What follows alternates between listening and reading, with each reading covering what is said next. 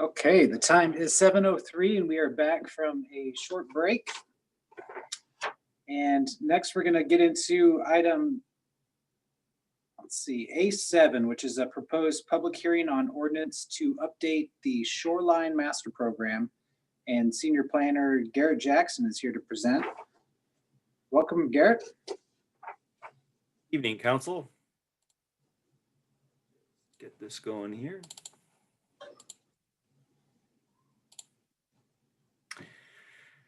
So as President Gorman said, my name is Garrett Jackson with the Department of Community Development, and I'm joined here tonight by Alex Capron, who is with the Watershed Company. They're our consultant that helped us with this project. So thank you for being here tonight, Alex. We're here tonight to discuss a periodic update to our Shoreline Master Program and Critical Area Ordinance. Those are two separate code sections, so you'll see them as two separate items in your agenda for your packet. They're combined into one presentation, but they are two separate ordinances. This is a state-required update, and we have conducted this process jointly with the Department of Ecology. This is not a major update. It's a time to ensure that our regulatory documents are consistent with state regulations. And we've also added some updates that add flexibility to the code and provide some clarity on when mitigation is required. There was an extensive public outreach throughout this SMP update process. It started with an informative postcard that was sent a year ago in April of 2020. This was sent to every shoreline property owner in the city and let them know that we were beginning the process of updating our SMP. Let them know what staff contacts they could get in touch with if they had questions, a general timeline of how long this process would take, and some additional information. Starting in October of 2020, we had an online open house. To date, we've had a little under 300 individual users use our online open house. It provides background information, project timelines. It lets visitors know what issues we're addressing and provide questions on certain code topics if they have a question about it, and also a process to get notified if they wanted to be identified as interested parties throughout this process.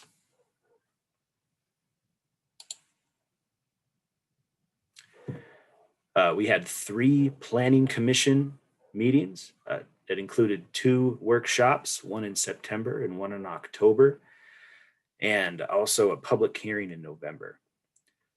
For each one of these meetings, the mayor's office assisted us with social media updates, letting residents know via our city social media that we would be having these regularly scheduled meetings on the SMP update. The Department of Ecology also provided additional noticing because this was a joint process.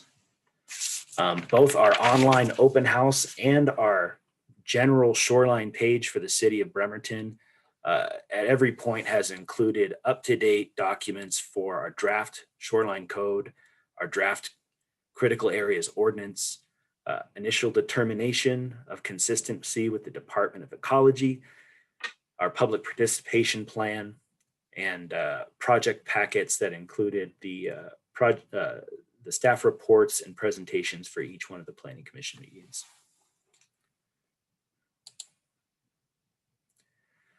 All of the changes that we're proposing for the Shoreline Master Program and the critical area ordinances are kind of condensed into a document that we refer to as the gap analysis report.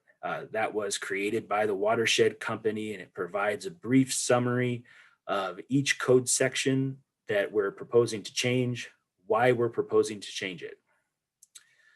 This includes information on whether it's a state required change, whether it's changed for consistency with the comprehensive plan and municipal code, and other additional factors.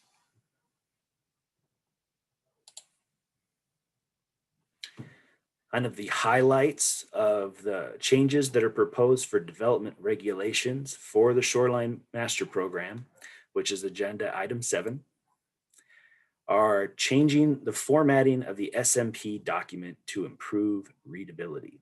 Now, if you're looking through the Shoreline Code that we have in legislative markup, it might seem like there's a lot of red, a lot of added, and a lot of strike throughs. That's mostly because we've removed portions of the policies from one area of the code and consolidated all of our policies into another section. If you're writing a report and citing these specific code sections, the way that we are proposing to format it just makes it easier to cite, and it's easier to have conversations about what section of the code you're referencing with particular applicants or consultants. So that's kind of the large formatting change. So it looks pretty aggressive, but it's really just putting one policy section from one place and putting it in another.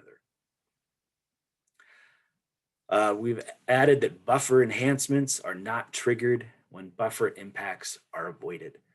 So we've heard from the Department of Ecology and individual consultants that the amount of mitigation that we currently require is out of sync with other jurisdictions, and that we're actually requiring more mitigation.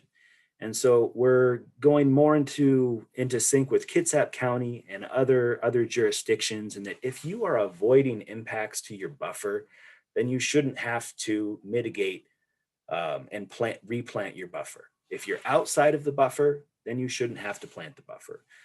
This was a recommendation from the Department of Ecology, and we thought it was a pretty good one.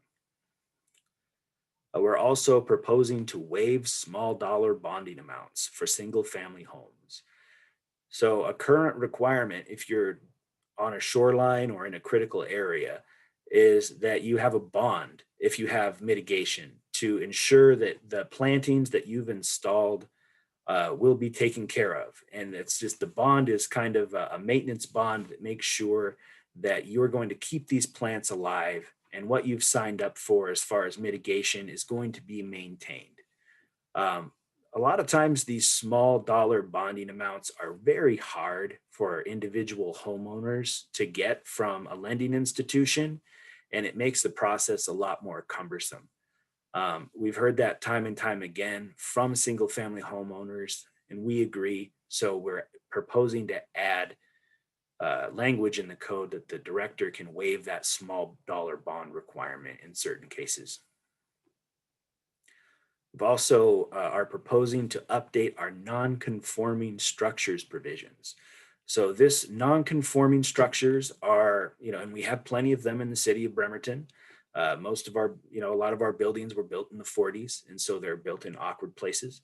And on the shoreline, it's no exception. So this non-conforming provision would only affect those houses that are built in the shoreline jurisdiction. They would still be subject to our general municipal code, but that we've had a situation where homeowners are trying to invest money into their houses, whether for weatherization, there's other needed updates, they want to have a small expansion of their home. And if you get to a certain dollar amount of investment in your home, then you need to bring your entire house into conformance with the code. And for the shoreline code, that could be up to and including moving your home potentially, or even replanting your entire buffer. So that could mean, in worst case scenario, you'd be replanting trees and shrubs and ground cover over 100 feet between you and the ordinary high water mark.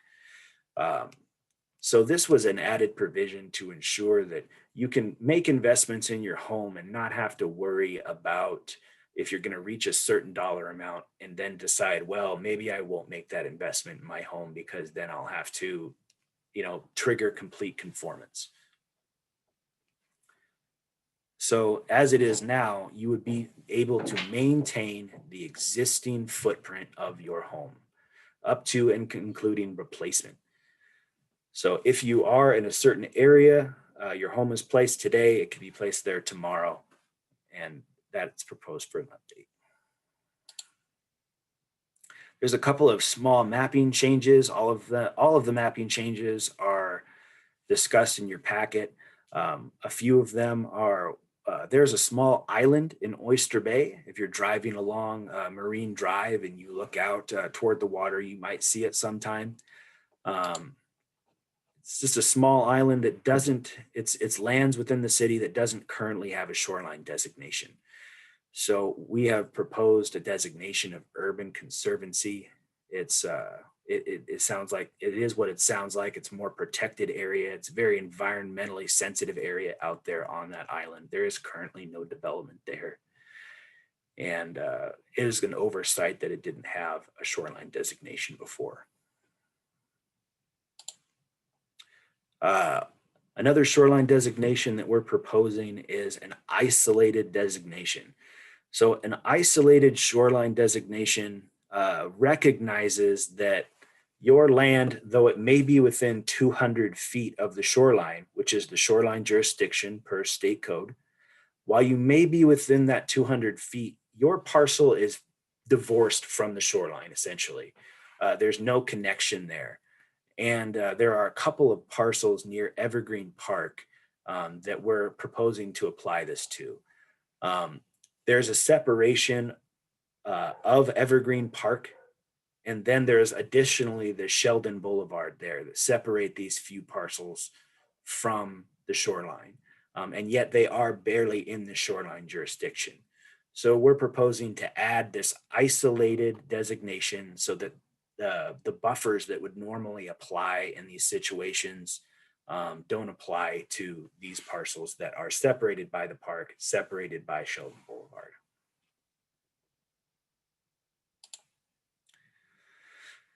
And some highlights that we have from the critical area ordinance update, which is agenda item 8 in your packet, that buffer enhancements are not triggered when impacts are avoided. So once again, our code isn't very clear that if you are developing outside of the buffer, then you do not have an impact on the buffer. So in certain situations, you might have a 300-foot buffer from a wetland if it's the most protected type of wetland. And if you're building a single family home or making some addition or just developing in general outside of those buffers, you shouldn't have to repopulate those entire buffer areas with shrubs, trees, plants, and ground cover. So we're proposing to add that bit of clarity to the code. And also that we update buffer standards for consistency with state requirements. So there's been a couple of changes at the state level where how habitat scores for each individual wetland are tabulated a little bit differently. And we've updated our proposed code sections to include those. Those are for wetlands. We have separate regulations within the critical area ordinances for fish and wildlife conservation areas. So those are typically, streams that you'll find in the city, fish-bearing, non-fish-bearing streams, most typically apply to fish and wildlife conservation areas. And that much in the same way that we're proposing for the Shoreline Master Program, that you can have minor expansions, or that we already allow, in the Shoreline Master Program, you can have minor expansions of single-family homes while not having to require a habitat management plan while still providing mitigation. So we're proposing that you would be able to expand up to 500 square feet of a single family residence, and you have to provide proportional 1-to-1 mitigation for your square footage that you're adding. However, that you can do that prescriptively without a habitat management plan. That a habitat management plan can take time. You need to hire a qualified biologist, and you also they need to that can cost thousands of dollars. So for small expansions, it seems a bit out of sync. So in certain situations, we're proposing to allow the director to waive that requirement. Now, we work very close with the Department of Fish and Wildlife, Suquamish Tribe, and Department of Ecology. So this would most likely be something we coordinate with them on. and that we would also provide alternative mitigation options with state and tribal approval. So you hear square peg, round hole quite a bit. And there are certain situations where you go out to a particular parcel and our mitigation requirements don't stack up with reality. And so it makes some of these projects impossible. And while we might have concurrence that things make sense from ecology and fish and wildlife and the Suquamish tribe, we don't have a code route currently to approve these mitigation measures that aren't our standard prescriptive measures. So this is a code allowance that recognizes there are going to be some common sense situations where the Department of Ecology, Fish and Wildlife, and the Suquamish tribe agree with the city that our normal prescriptive measures don't fit this property, but they can still move forward with their project with alternative mitigation measures approved by the city and other stakeholders.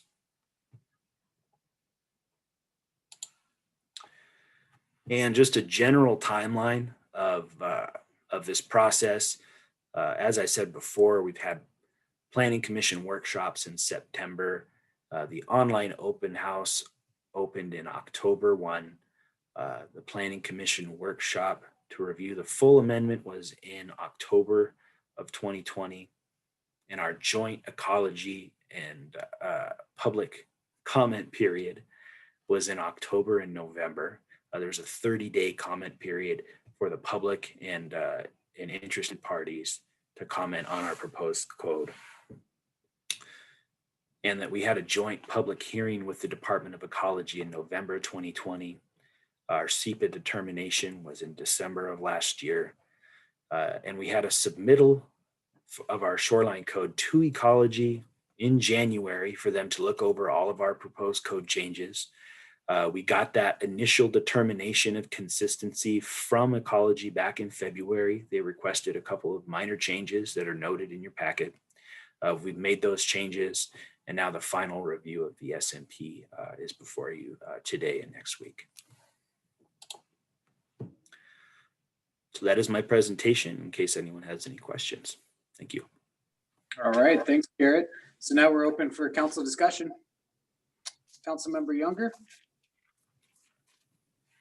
Yes. First of all, Garrett, this is probably most of your workload for the year, this thing. You don't have to answer. It's a tremendous amount of work. So I'll be honest with you. There's about 350 pages in this packet. I got through the first 200. I started glossing over. I have particularly interest in this. I live on the shoreline, so I feel an extra obligation to make sure that I'm covering this for other shoreline owners as well. And I have not yet found anything that made it more restrictive. It looked like it's not a major update, as you stated, and it really gives citizens extra options in their toolkit, if you will, to meet certain mitigation criteria. It sounds like you made it much more friendly without, gutting environmental restrictions, which ecology won't let you to do. And that's probably crudely stated, but is that somewhat of an accurate statement? Right. We work, like I said, we work in concert with ecology and other environmental stakeholders. Yeah. Even on the wetland buffers, which historically have been an issue, and I'm looking at it on page 364, I don't believe you increased the wetland buffers from streams. Is that correct? It's just, again, different reduced buffer widths and all that stuff. Is that correct? That's correct. We didn't increase stream buffers at all. It was okay. That's rejiggering of wetlands, and that's it. Yeah, that's always been historically, as you're probably aware, that's always been a bone of contention with some people. From what I can tell, I got some more reading to do in the next week, but I don't really have any issues with it. I think it's a nice fine balance. You got Department of Ecology putting their set of eyes on it, and then I think I've heard over the years complaints about, oh, the city's making me do this, I'm rebuilding this house, and I think you've listened to the citizens, Andrea and company, and have worked within the framework that you have to work in and come up with some win-win situations. Again, that's what I've seen so far, but I still got another 150 pages to read. So thank you. And if I could just tag on to that, if there's an elevator speech to be had about what it is we're trying to do here, it's that we're ensuring that we're consistent with state law, we're fixing our code mitigation issues, we're making it so citizens can keep what they want, and code clarity. That's really what our process is here. And yes, it looks like a very scary packet. When you said earlier tonight, oh, we've got a long night ahead of us, I'm like, no, it's not that complicated. We have 2 agenda items and 2 public hearings. But what we're trying to do is really streamline the code and make sure we stay consistent with the state and make it easier to use, both for staff as well as the citizens, so they can make the important improvements to their properties that they want to make. Yes, thanks, Ms. Spencer, and I appreciate the efforts.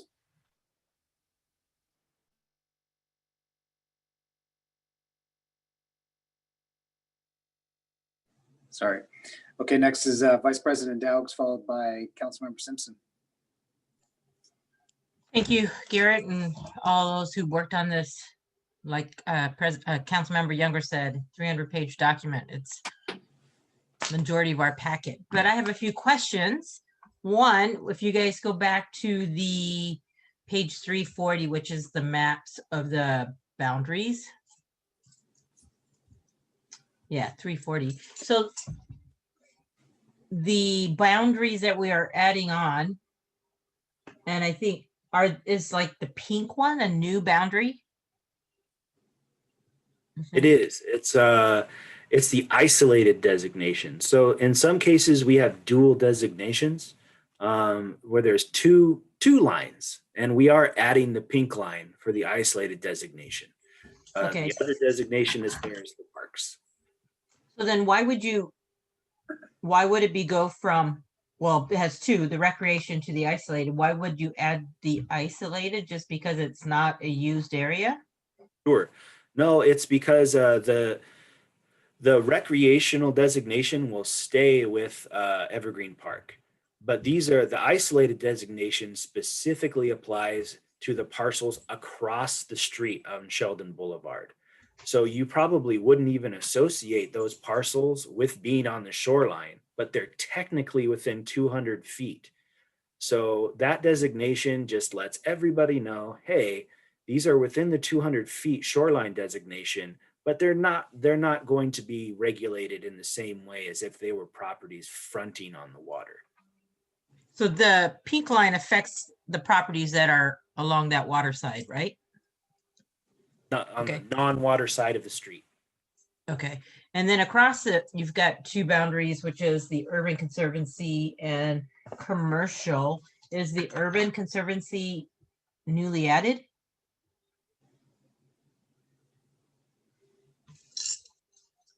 I was just curious which one's new. Sorry, I was on mute. No, across the water there where they have commercial and urban conservancy, that's how the code is today. Okay. So what was there prior? Was it just the urban or was it just the So commercial? this is another one of those dual designations. So there's actually 2. And how it's differentiated across the water there is the urban conservancy starts at the top of the slope.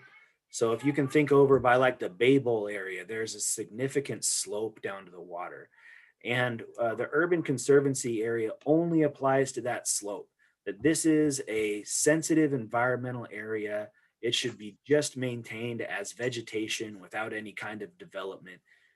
And everything that is landward of the slope is the commercial designation. So anyone building along that orange green line, is there changes in it? Because I know there's been construction being built in those particular areas. So how does that affect those development properties moving forward? So there's no change proposed Okay. with this packet. So we've had a number of developments go that haven't started construction, but that have gone through shoreline permitting on those parcels. And it only means that it basically tells them you can't build on the slope. Okay, thank you. And then have you guys received any like public comment from anyone that's just out of the ordinary or anything that would be something we would look into? We have had some public comments that were geared, if there's any kind of concern, if that's what you're asking, are there Yes. public comments? We've gotten a couple about stormwater concerns, but those aren't really addressed in that's not the shoreline document isn't supposed to regulate that. The Department of Ecology has stormwater regulations that will regulate stormwater. So those are really the only concerns that we've heard was with stormwater and how that might affect the shoreline. But the Department of Ecology regulates that separately than the shoreline code.